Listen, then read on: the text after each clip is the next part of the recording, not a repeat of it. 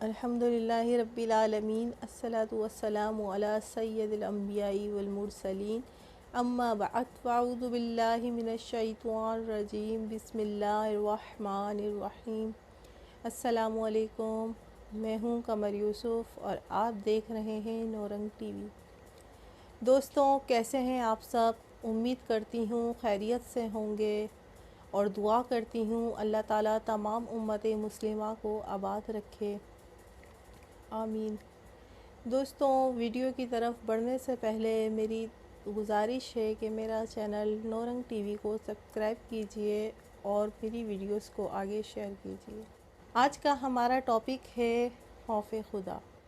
دوستوں، اس حقیقت سے کسی مسلمان کو انکار نہیں ہو سکتا کہ مختصر سی زندگی کے ایام گزرنے کے بعد ہر ایک کو اپنے پروردگار کی بارگاہ میں حاضر ہو کر تمام اعمال کا حساب دینا ہے۔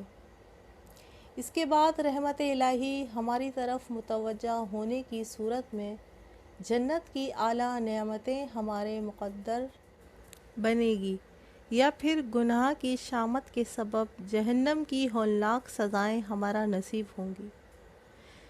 لہٰذا اس دنیاوی زندگی کی رونقیں، مسرتیں اور رعنائیوں میں کھو کر حساب آخرت کے بارے میں غفلت کا شکار ہو جانا یقیناً نادانی ہے۔ یاد رکھیں، ہماری نجات اسی میں ہے کہ ہم اللہ اور اس کے پیارے رسول صلی اللہ تعالیٰ علیہ وآلہ وسلم کے احکامات پر عمل کرتے ہوئے اپنے لیے نیکیوں کا ذخیرہ جمع کریں اور گناہوں سے پرہیز کریں۔ اس عظیم مقصد میں کامیابی حاصل کریں۔ دل میں اللہ کا خوف ہونا بے حد ضروری ہے۔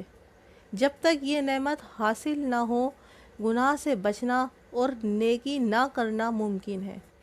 اس نعمت عظمیٰ کے اصول میں کامیابی کی خواہش رکھنے والے میرے دوستوں، میری ویڈیو کا سننا آپ سب کے لیے بہت مفید ثابت ہوگا۔ میرے پیارے دوستوں، اللہ تعالیٰ خود قرآن مجید میں کئی مقامات پر ارشاد فرماتا ہے۔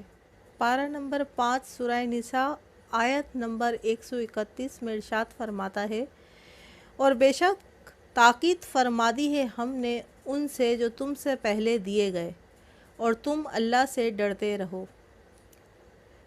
دوسری آیت میں ارشاد فرماتا ہے، پارہ نمبر 22 سورۃ الاحزاب آیت نمبر 70، اے ایمان والو، اللہ سے ڈرو اور سیدھی بات کرو۔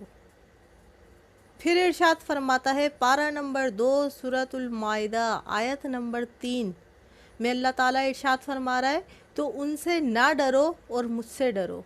پھر ارشاد فرماتا ہے سورہ آل عمران پارہ نمبر 4 آیت نمبر 116، اے ایمان والو، اللہ سے ڈرو جیسا اس سے ڈرنے کا حق ہے، اور ہرگز نہ مرنا مگر مسلمان۔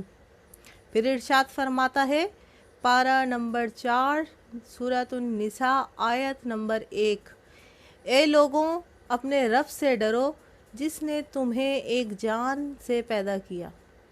دوسری جگہ ارشاد فرماتا ہے، پارہ نمبر 4 آل عمران کی 175ویں آیت میں، اور مجھ سے ڈرو اگر ایمان رکھتے ہو۔ دوستوں، یہ میں نے صرف چند مقامات پر آیت کا ذکر کیا ہے۔ اللہ نے بہت سارے مقام پر خوف خدا کا حکم دیا ہے قرآن پاک میں۔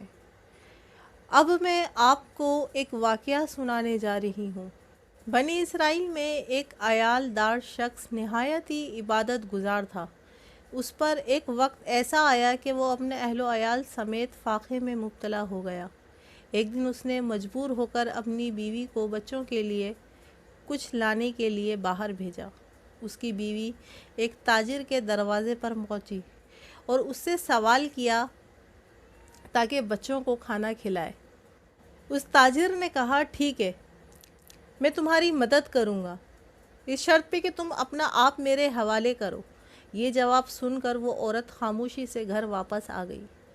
گھر پہنچ کر اس نے دیکھا کہ بچے بھوک کی شدت سے چلا رہے ہیں اور کہہ رہے ہیں، اے امی جان، ہم بھوک سے مر رہے ہیں، ہمیں کھانے کو کچھ دیجیے۔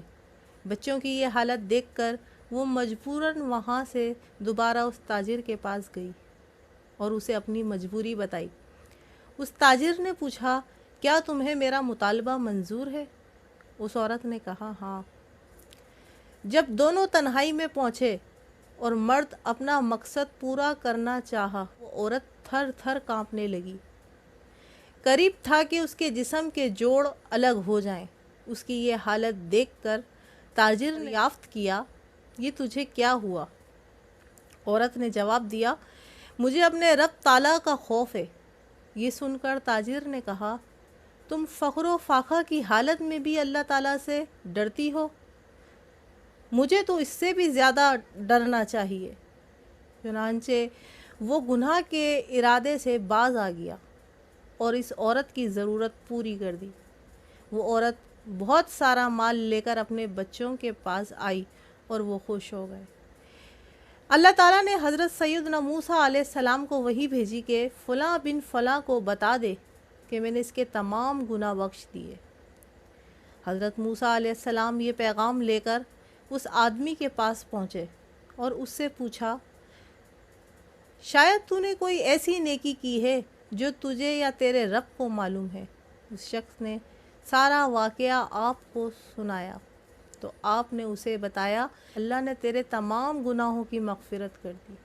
تو سنی دوستوں، آپ نے یہ ایک واقعہ کہ کس قدر خوف خدا تھا کہ اس نے اس عورت کو چھوڑ دیا اور اس کی ضرورت کو بھی پورا کر دیا، اور پھر اللہ نے اس کے بدلے اس کے تمام گناہوں کی بخشش کر دی۔ تو دوستوں، ہم لوگوں کے لیے بھی خوف خدا دل میں رکھنا بے حد ضروری ہے۔ ہمارے دلوں میں خوف خدا ہونا لازمی ہے۔